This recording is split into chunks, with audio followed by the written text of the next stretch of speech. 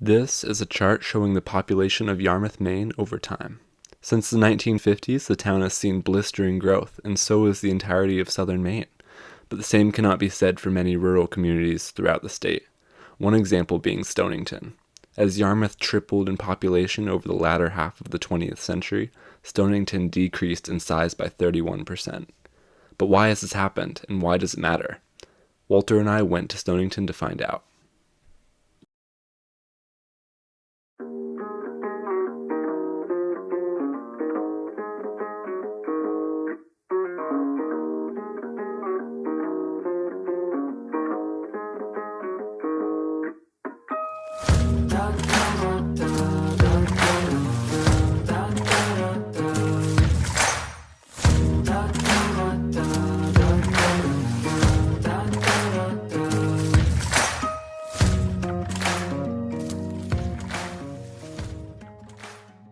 My name is Linda Nelson. I am currently the Economic and Community Development Director for the town of Stonington. You know, the history is that people came here wanting to be farmers and then realized that there was about an eighth of an inch of topsoil on top of the granite. So they quickly had to kind of adapt. So they became seafarers. They went out on ships, really known mariners around the world. And then in Stonington, the granite industry started pretty around the late 19th century, which was around when the town was kind of becoming a town. And it was really a boom, right? It was just like a gold rush. It was a boom. There were between 4,000 and 5,000 people here in Stonington during that time.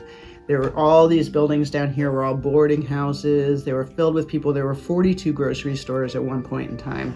And then what happened at the beginning of the 20th century is that, concrete and steel became the primary building materials. All local economies are subject to these, external forces. So the external history really made a difference here, and people started doing other things. When granite began to decline, the town switched primarily to fishing: cod, haddock, urchins, shrimp, scallops. But it was lobster that propelled Stonington into the modern world. And these last 20 years in particular have seen this real boom in lobster catch and lobster prices. And people forget that that's the last 20 years. Again, we're kind of like living in a gold rush, right? That's where all the cash is. The cash is all on lobster. Lobster in itself is worth, I think it was last year, like $70 million of, local money, more or less, floating around here in Stonington and the peninsula area. We're the #1 lobster port in the state of Maine. We have it on our sign here and stuff. It distinguishes, I feel, ourselves from, it's not coming from arrogance, it's more of a pride, type of thing. When I come down off the hill here or whatever and go to work in the morning, all those boats in the harbor and everything else, there is nothing that makes me happier.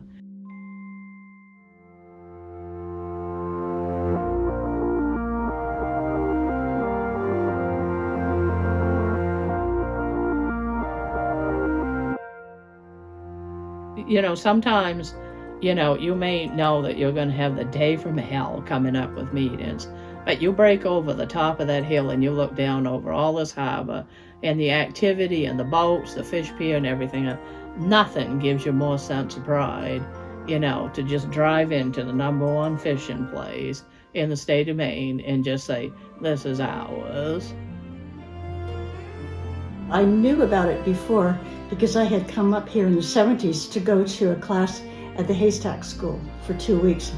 And I was really, I was astounded by the beauty of the place that I never knew existed. And I always thought, I'm gonna come back here. And so I did many times. And then eventually, one of the times I was up here, I met your grandfather. So.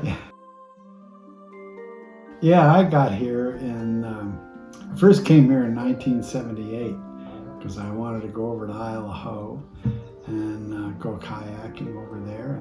Came back in 1996, really trying to kayak a lot. We kayaked around town and we looked and said, this is a pretty nice town. And so my late partner Sandy said, you're looking to buy some property, why don't you buy something here in Stonington? And it's a good place to go kayaking. And that's what I wanted to do, just go kayaking.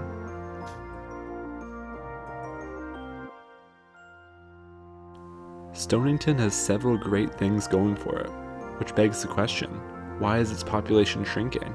Well, there are a few significant factors. For example, housing. You had the 80s, there was a big building boom then. And a lot of these big sort of $1 million houses started going up in different places. And then there was the challenges that both towns had as far as planning boards and stuff like that. So you could see the big wealth coming in. And then they had that recession in the 80s. And then in the 90s, they had another. And it goes very cyclical. But, every time that we had one of them, housing, became more out of reach. With the pandemic, a lot of money came in from cities and places where people had more money because they make more money and they are able to have second homes. We do know that 56% of the properties in the downtown area and 80% of our shorefront are owned by second homeowners. So we're struggling for year-round population. Whether renters, non-renters, young people trying to find families, a real estate person, seafood people, contractors, trying to find housing for their people, because anything that you do, that's the one thing they say is there is no housing for my people. I cannot expand my business unless there's housing here. Especially on the coast of Maine, every village on the coast of Maine is facing right now gentrification pressure. If we don't create more equity in the situation, we're all going to end up losing because we won't have even the workers that we need to maintain some of those seasonal homes. On top of the housing crisis, Stonington has been facing regulations from Congress that are negatively impacting all fisheries, but especially lobster. My name is Travis Fifield. I grew up here, like literally in this house, just up from the wharf here. So what my family business does is so we buy lobsters. And so there's kind of two sort of structures, I guess, kind of business structures, I guess, to be able to sort of buy lobsters in the way sort of the island, these types of businesses operate. So there's like the co-op model, which is they're essentially a nonprofit. So just like any sort of food co-op, the fishermen are kind of part owners, of the wharf essentially. And then the other way is a private business, which is what we are. And so these fishermen aren't owners, but they essentially sell to us every single day. So every day there's a transaction of us buying, their catch. And sort of on the flip side of that, there's also a transaction of us selling them like bait and fuel. And so those are the kinds of the two ways, I guess, that it works. Currently, what's going on in the lobster industry now is there's guys that fish inshore, and there's guys that fish, and girls, offshore. And they fish with traps and rope. And essentially what NOAA is saying is that, whales get entangled in this rope. So they don't want you fishing. And there's a lot of pressure from these environmental groups too, to, either do some sort of either ropeless fishing, or stop fishing all the way around because it entangles whales. And especially with the right whale, they say that the numbers, somewhere is around 400 or something. There's no right whales that's here. The food source is sort of traveling around where the Gulf Stream is, and the whales are following that. They have, and they, have the little ones, off like the New Jersey shore and Massachusetts, and then they go right up through to up by Canada, and in the Gulf of Maine. For us, they're just not here.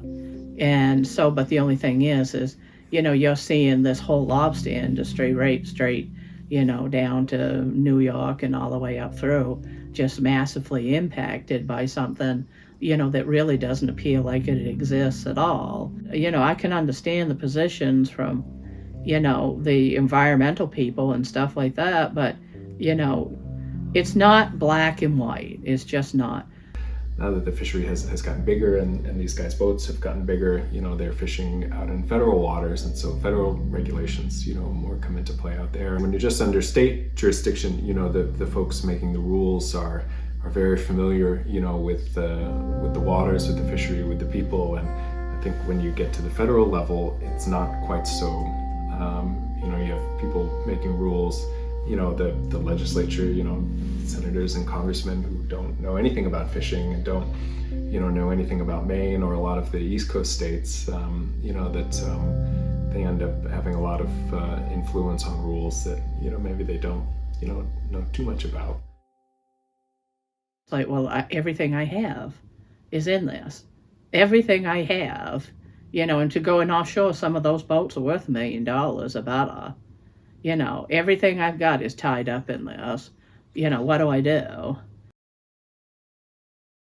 As if regulations weren't enough, Stonington has been at the forefront of the effects of climate change. If you live in Stonington, you get to see climate change firsthand, because the sea level rise is advancing faster here than practically any place else. And because we live right on the water and our main street is right on the water and our guys go out on the water all the time, everybody can feel sea level rise in particular happening. We also are really subject to the more intense storms that come as a part of climate change. So higher winds, more frequent storms. That's really affecting our transportation. That can create real damage to the bridge, for example, and to the causeway. And the Gulf of Maine is one of the fastest warming bodies of water in the world. So that's intensifying climate change here. They say that sea level rise is happening faster in the Gulf of Maine than they anticipated. And in fact, we did a study of sea level rise here in 2018, and we did the remediation report in 2021. And it's already surpassed what we estimated was going to happen. So it's very real. We're seeing the impacts now. By 2030, we'll have some things that are flooded unless we take action, which is what we're trying to work on now. By 2050, certainly. And then, it scales up from there. And the other piece of that is warming, and that really is affecting the fishery. What I'm hearing from fishermen is that, the lobsters continue to move out toward colder water as these waters warm up. So I grew up in Stonington, Connecticut, which was the last lobster fishery in Connecticut. It was a Portuguese fishery, and it was wonderful to grow up there. But there's no more lobster in Stonington, Connecticut. The waters are too warm and too toxic for lobsters. So we would like to see that not happen here, but what that means somehow is Stonington can't do it alone. We can't turn around the warming of the Gulf of Maine on our own. And I think that we're not seeing enough public will at the federal level to really make the big changes that need to happen to reverse this.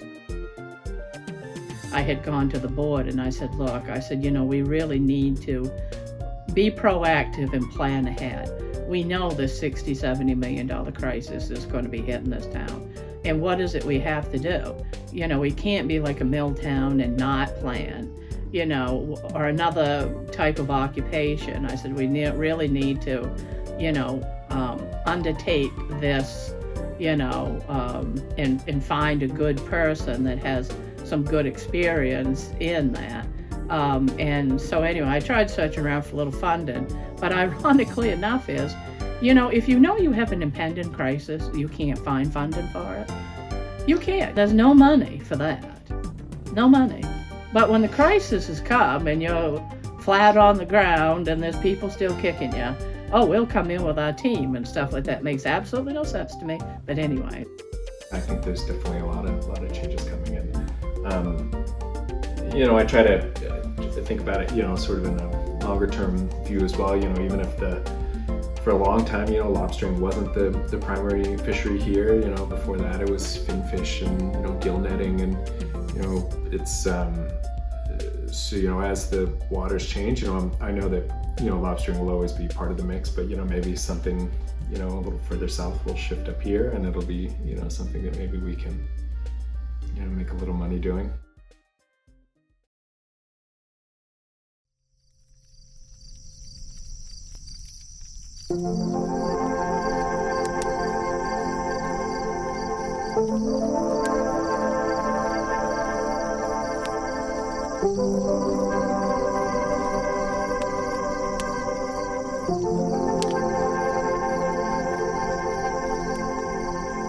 There's something that happens when you get sort of past Bucksport, I think, where the air is different. There's a different scale to it, and it's spread out.